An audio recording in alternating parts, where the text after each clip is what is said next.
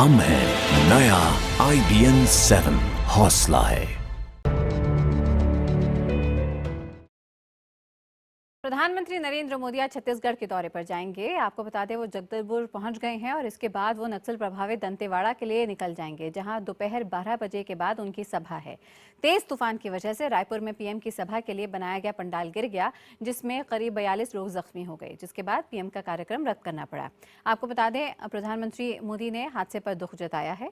दंतेवाड़ा में प्रधानमंत्री की सुरक्षा के लिए 17 लेयर का घेरा भी बनाया गया है। सीआरपीएफ के 10,000 से ज्यादा जवान 10 किलोमीटर के दायरे में चप्पे चप्पे पर नजर बनाए हुए हैं। जिस रास्ते से प्रधानमंत्री को गुजरना है उस पर भी खुफिया एजेंसियों ने खास नजर रखी हुई है। दंतेवाड़ा में प्रधानमंत्री सार्वजनिक सभा को संबोधित करेंगे। इसके अलावा प्रधानमंत्री स्टील प्लांट और रावघाट और जगदलपुर रेलवे लाइन के दूसरे चरण का भी उद्घाटन करेंगे। प्रधानमंत्री का कार्यक्रम आदिवासी बच्चों से मुलाकात का भी है।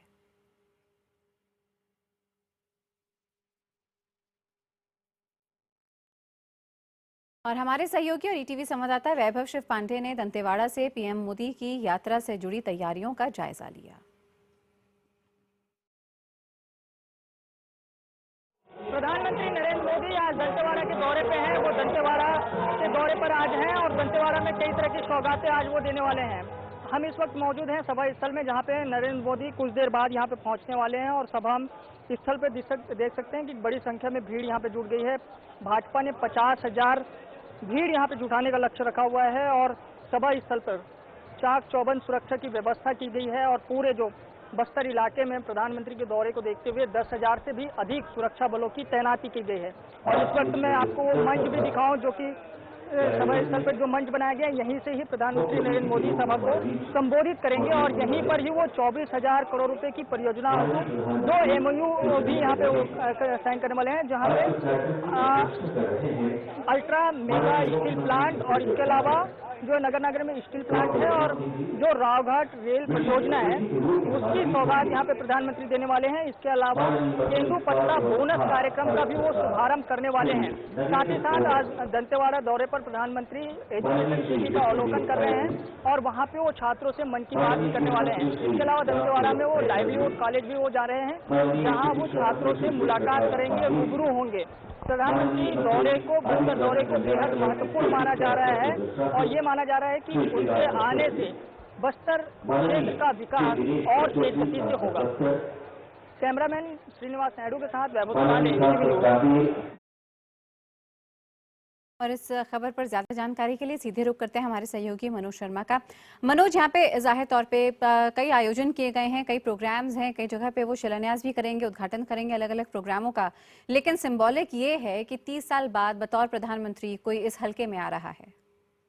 सबसे अहम बात यही है, क्योंकि बिल्कुल सही कहा आपने, क्योंकि जैसे अगर हम कहें कि नक्सलियों से प्रभावित इलाके में दंतेवाड़ा सुकमा, मतलब दंतेवाड़ा एक ऐसी जगह है जो नक्सलियों से छत्तीसगढ़ में सबसे ज्यादा प्रभावित है और कई घटनाएं लगातार एक के बाद एक दंतेवाड़ा में होती रही है नक्सली हिंसा की।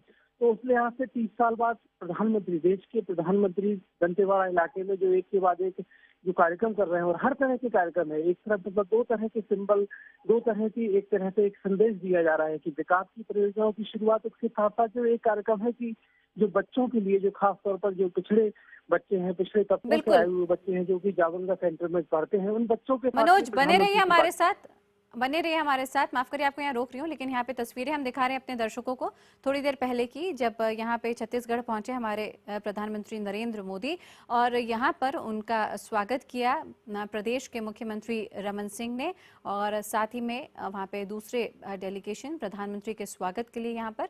और यहाँ पे हम आपको बता दें एक लंबा बड़ा कार्यक्रम प्रधानमंत्री मोदी का, जहाँ पे छत्तीसगढ़ के अलग अलग हलकों को छूने की कोशिश रहेगी प्रधानमंत्री की। मनोज शर्मा हमारे सहयोगी लगातार हमारे साथ बने हुए हैं, पल पल का अपडेट प्रधानमंत्री मोदी की इस यात्रा से जुड़ा हुआ हम आप तक पहुंचाते रहेंगे।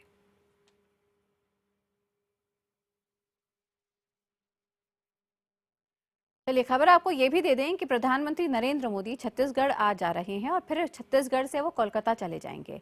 अपनी 1 दिन की कोलकाता यात्रा के दौरान वो अपने गुरु और रामकृष्ण मठ के अध्यक्ष स्वामी आत्मस्थानंद महाराज से भी मिलेंगे। महाराज पिछले कुछ समय से बीमार हैं। पीएम मोदी उन्हें अपना गुरु मानते हैं और उनसे मिलना चाहते हैं क्योंकि महाराज की काफ़ी उम्र हो गई है और वो लंबे समय से अस्पताल में हैं।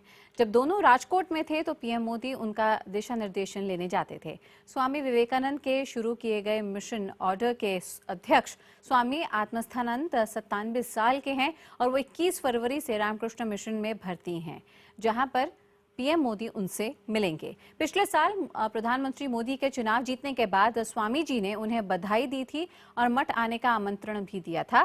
प्रधानमंत्री के बेलूर मठ जाने का भी कार्यक्रम है। यहाँ पे बेलूर मठ पीएम के बेहद करीब है। यहाँ वो स्वामी विवेकानंद को श्रद्धांजलि अर्पित करने के लिए आएंगे। प्रधानमंत्री मोदी ने 2013 में बेलूर मठ की अपनी यात्रा के दौरान विवेकानंद के कक्ष में कुछ क्षण गुजारे थे, जहां उन्होंने ध्यान भी लगाया था। प्रधानमंत्री मोदी जब छोटे थे तो साधु बनने के लिए वो बेलूर मठ गए थे, तो उनके आग्रह को खारिज किया गया था और उनसे कहा गया था कि उनकी जरूरत कहीं और है।